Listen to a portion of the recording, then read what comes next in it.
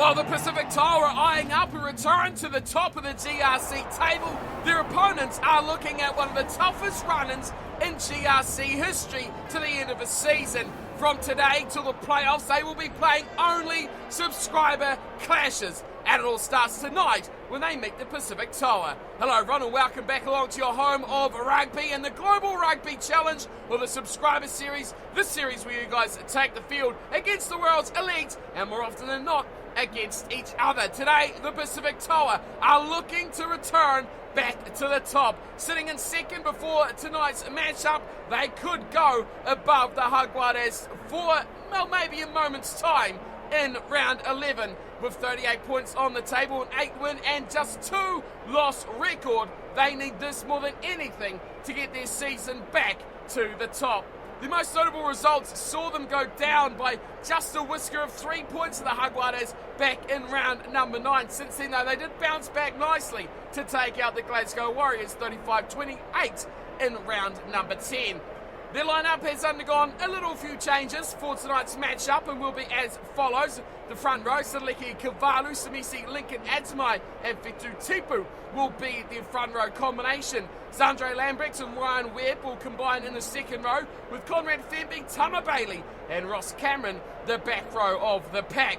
Jim Ali Gino will captain the team from scrum half and Henko Fayard will accompany him in the number 10 jumper. Bob Jeffrey and Dean Mumberg will again be alongside in midfield with Darryl Gray on the left wing, Tom Barrett on the right and Marcus White finishing the side in the 15 jumper. Big pressure here tonight on the TOA to get this result in the bag. And if they can do that, it will put even more pressure on these boys to just stay near that top 4, because like we said earlier, it is the toughest run-in you could dream of. They play 3 of the subscriber sides in their final 3 rounds, and that is going to be tough. The TOA tonight, the All Flakes in round 12, and then the Guardians in round 13. That is a very difficult run-in. Tonight it all begins though. A win here will make things, well, a little bit easier for the last couple of rounds after that. They sit third, so they're in a good spot considering they've played all AI games bar that one earlier matchup that was against the Celtic Dragons. They do have a 7-win, 2-loss record. They sit on 35 points, 3 adrift of their opponents, the TOA, tonight. In recent results for these boys, they had the bye back in round 9, so a good time to have it for this run-in of tough fixtures. In round 10, they bounced back straight into action, taking on Leinster, a very tough side in this division, and taking them out by 6 points, 27-21. Their team has undergone a number of changes for tonight's matchup. Rapapila will start on the loose head side of the front row with Peter Matthews and Zaza Kukulska alongside them at the front of the pack. Chris Smith and Tommy Ganser will be in the locking combination with Frederick Loeb, Francois Valentine and Cullen Wilson rejoining the side at number 8. Luka Moscow gets the start at scrum half of Tina Mahande, his outside number 10. Into midfield, Bernard Ankahan will be the inside centre with the experienced Pierre Valentine at 13. Prince Mars Williamson will again get the number 11 on his back with Adrian Townsend in 14, and Josh Walpole will sign out the 15 at the back. This is a huge match, a crunch match, second versus third. You could not wish for any better to kick off the round. And we are set to do exactly that. It will be the Flakers in the yellow and purple up against the TOA in the blue and red. They are the home team and they are receiving the kickoff as Tina Mahande gets us underway. Deep kick for round 11. And it is at the back where a good take from Henko Fayard, finding his supporter Tom Barrett very quickly and up and over the ball. Prince Mars Williamson grabs the penalty. Wow, one tackle, one big play from Prince Mars Williamson. Not very often he's the glory man in defence, but he stepped up here and got his team a very early penalty here against the TOA. And Tina Mahande, he kicked off, he chased hard, and now he's taking a shot at a very early 3 points. Mahande from the left side floats it in beautifully. And it delicately just floats in between the uprights. An early 3-pointer, one tackle, one penalty, one shot at goal, but 3 points on the board early for the Flakers. Well, not the starts that the TOA had in mind, that is for sure, as Henko Fayard gets us back underway. A shorter kick off this time, and Zaza Kukulska goes on a bit of an adventure. Up to the 10-metre line. Here is Prince Mars Williamson. Now ball in hand as he finds numbers through the midfield before it is taken to ground by Moscow. He's going to run away again. This time he kicks it as high, bouncing in the 22. And a beautiful kick from Luka Moscow.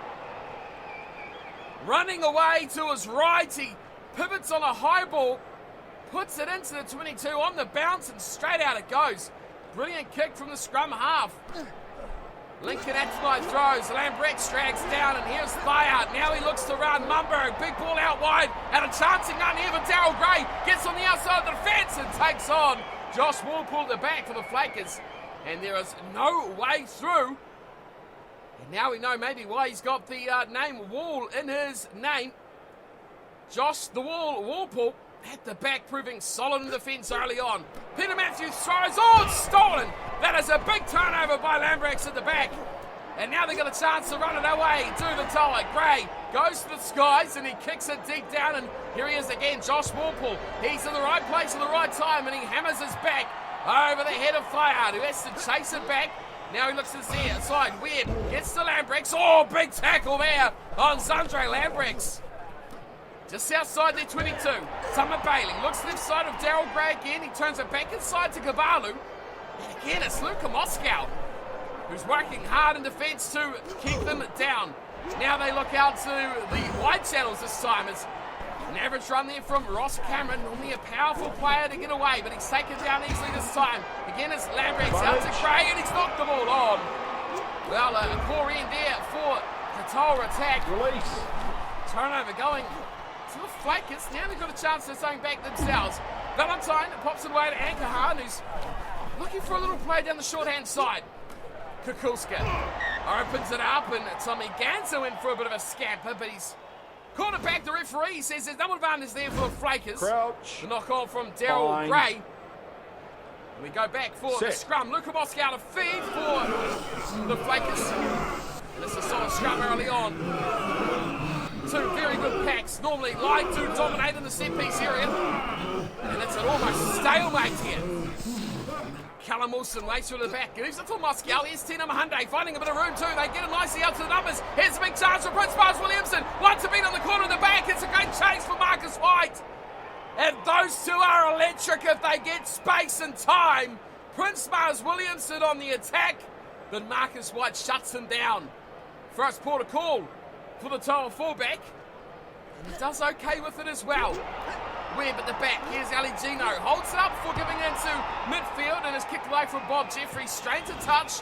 No chances taken there by the veteran, former All Flakes, of course, champion of the GRC before his team change, which has seen him now leading this TOA team from the front.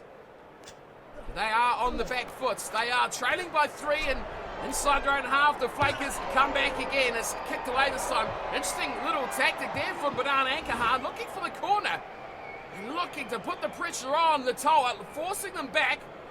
It's a very tactical, very arm wrestling sort of start to this matchup. Almost half an hour gone.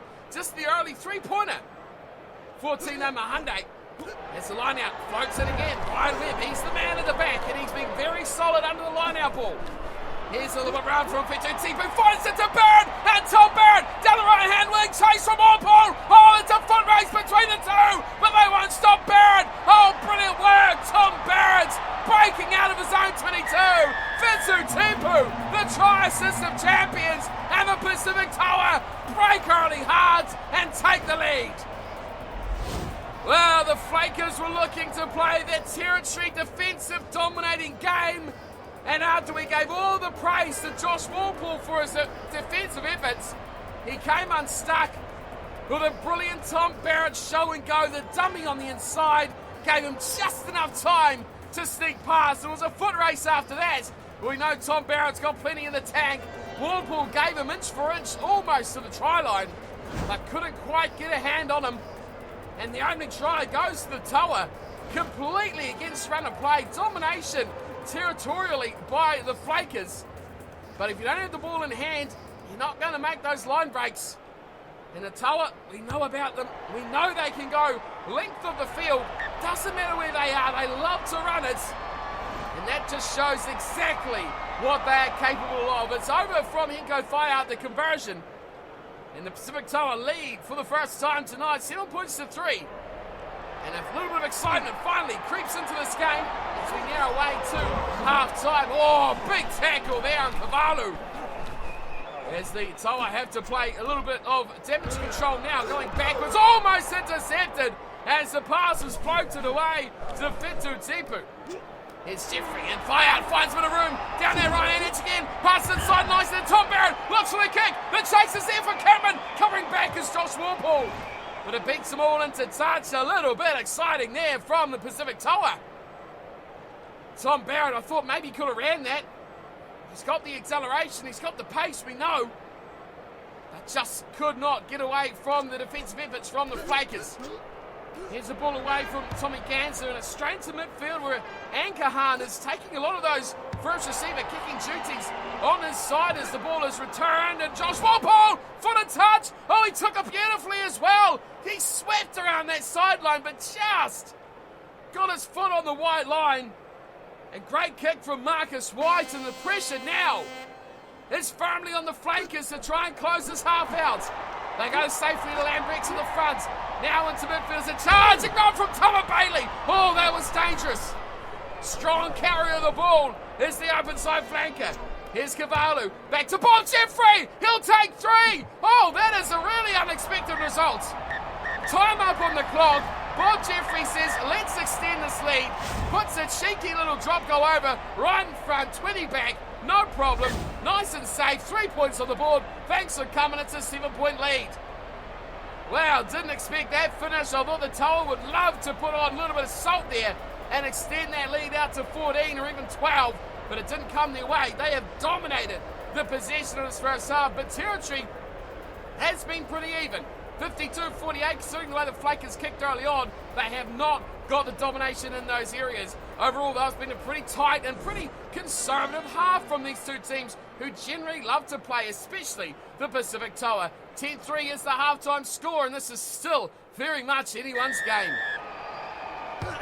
Second versus third, remember, and this is going to have huge repercussions on the team that is chasing the Jaguares at the top. Of course, a loss here will put them quite considerably behind. As here's Luka Moscow again, keeping on with that territory-based game, is looking to run it back as Barrett has a great offload, and running away as Conrad Femby turns it back inside. Oh, Lincoln Atamai really didn't want that pass. Went the wrong way. Here's Lambrex away to Barris, who's hit hard. Great tackle there from Zaza Kukulska. Ellie Gino fires out wide. There's numbers that they want to use them. Dropped up from Daryl Gray. And here's Bob Jeffrey. So many blue shirts. Holly holds it up. Almost too long. But here goes Fayard. Boy, the clear onto the line. And the second try to the Pacific TOA puts it ahead by 12. Kick to come. This is a huge turning point in this game. Well, I thought they did too much here. I really thought Bob Jeffrey held on for too long. Held in the tackle nicely from Warple. He couldn't release it. Fayard had to stop. Fayard had to wait. And that killed his momentum. But credit to him, he had enough to get back into top gear. There it was. It should have gone on that first pump. But the defense, well, it was too weak. It was too broken. And even with that little delay, no one could stop Hinko Fayard from trotting across on the left edge. The second try of the night to the Pacific TOA. And here is a try scorer to convert his own try. As precisely as you like, he puts it over. And there's the Pacific TOA leading 17 points to 3. And comfortably looking like the only team that's going to score a try tonight. Back to Tino Mahunde. His side somewhat struggling, you would suggest, as up it goes. And beautifully claimed there for the TOA. Sidleki Kavalu, the man right on hand when required. Here's Ali Gino, back to Bob Jeffrey. He'll be feeling a little bit safer with himself now that he's got that try assist out of the way and didn't butcher it too much. And there is Kavalu once more on hand, right there, right in the thick of the play is the loose head prop. And a chance for some rare territory and possession going together for the Flakers. Peter Matthews to throw, 5-man line out, shortened, and it's very split. And it's to the back where Tommy Ganser Drags it in and they drive. Now they're using their forwards. It's been a rare occasion to see this from any side in the subscriber series, especially these two teams here. Kukulska goes down the midfield, and here is Prince Miles Williamson. Loves to run, holds one on nicely for Ankahan. Slips a penalty back inside. Valentine and gives it away eventually to the big man in the number 9, Luka Moscow. Here is Valentine, throws the dummy. The acceleration of Pierre Valentine. Oh, that is killer. What a try from Pierre Valentine. The veteran strikes when his team needs it the most. They were struggling. They looked out of their depth. But just with half a gap, bang, he's gone. The defence come up, they left a gap, and Pierre Valentine goes straight through. Tom Barrett was caught defensively. You see, he was the inside player there. Bang, straight through Aligino and Barrett. Oh, that is absolutely clinical from Pierre Valentine. Half a chance, and he shows he's still got those silky skill moves in the locker. Well, that changes the game. That's a pretty big try to be scored at the moment. As Tino Mahande adds the extra to it, cuts the lead in half now at 17-10. Another try could draw them level. That's the last thing we wanted to draw. But there's still a good 22 and a bit minutes to play out. Here's Bayard going high to the sky again. Another short kick and nicely taken. I think it was Peter Matthews in the end that took it. There's two Flakers players all over the ball. Here's Moscow, a bit of a run from him. Finds the bench of Valentine. Oh, and that's a high shot now. Shoulder charge coming in from a TOA player. I think, is that Dean Mumberg? It might be Mumberg who's spending time in the bin. Yes, it is. 10 in the bin, yellow card. Dean Mumberg. Wow, we've talked about turning points in this game. This is a huge one. Oh, it's even bigger now as Tino Mahande steps up to the plate. He is, what would you say, 56, 57 metres out, right in front. Mahande gives it a nudge, gives it a good nudge, gives it a 3-point nudge. Oh, that is a monstrous kick from Tino Mahande. And instantly, the Flakers cash in on the man advantage. Well, 19 to play. Dean Mumberg in the bin. The TOA a man down. How will this play out? The lead is 4. It's less than a try, of course. As that is taken back and driven to ground, Francois Valentine. Here's a pick and go and fired out. Oh, this is dangerous now. Ganser started all. Now Prince Miles Williamson. Again, he's just got to get past the tackle of White. And the cover defence. Brilliant work. Taking him into touch. He is such a dangerous runner. Prince Miles Williamson. And now the TOA have to contain Samisi Lincoln-Atamai. He's got to throw this in, he's got to hit his man, and he's got to get it back out there. Advantage. Nicely done. Oh, knocked on from Alicino. Oh, normally so reliable. That is not the time we want to spill the ball. Now, it'll be the Flakers. Pretty away from Ankahan. Inside it slips, and they keep it alive nicely. Throw it. Oh! Pierre Valentine has knocked the ball on. But we will go back for the initial one from Jim Aligino. The pace of the game really stepping up in the last 5 or 10 minutes. Fed by Moscow. Keep up if you can. The teams are playing at a frantic pace now. Big scrum by the Flakers. Moscow misses out, goes to Ankahan, who's really directing play. Townsend, he's got Valentine with a big tackle there on Valentine. Oh, Daryl Gray absolutely crunching him to the ground. Pick and go now from Callum Wilson. The number 8, losing a couple of metres. Here's Moscow, offloading nicely to Townsend. Adrian Townsend goes back inside, and it'll be a runaway. Oh, Bernard Ankahan, that's killer. That is a big, big play, and it'll give them the lead with just a few minutes to play. That could be the turning point. Ultimately, the yellow card leading to this try from Bernard Ankahan. Inspired selection, putting him in at 12. Adrian Townsend, support on his inside. The chase of Lincoln-Atamai never going to catch up with the inside centre. And just like that, the yellow card may cost the TOA this match. Great interplay, great support lines. Marcus White was drawn into the tackle. And a sensational finish Bernard Ankahan puts the icing on the cake. But will it be enough? There's not long to go. Watch that clock. 6 to play, just a few minutes to go. This kick is somewhat important. It means that the TOA will need to score a try, but let me tell you something. That would have been the only thought in their mind, to score in a 5 or a 7. Here is Dean Mumberg. What is going through his head? He's cost his team 10 points. Here we go. Back underway from Hinko Thiard. It goes short and just taken there nicely from Frederick Loeb. And on their own 10-metre line, the TOA fighting for the ball, but the Flakers will come back with it. Moscow goes back to the try scorer, Ankahan. He's been a real thorn in the side of the TOA tonight. Down there waiting for it is Daryl Gray. Back inside it goes to Bob Jeffrey, who takes the line on. Just gets out of his 22. He's got a run here. Here's Aligino again. Fire goes deep, and now they get a little bit expansive, and through the middle goes Ryan Webb. He needs to find some support. He puts out the fend. And a good tackle from Prince Mars Williamson. Keeps it alive up to halfway. Now they look out. Big room, big space. Oh! Knocked on from Dean Mumberg. Game, set, match. Yellow card. And a knock on with an open field. And a man outside him. Dean Mumberg has had a shocker.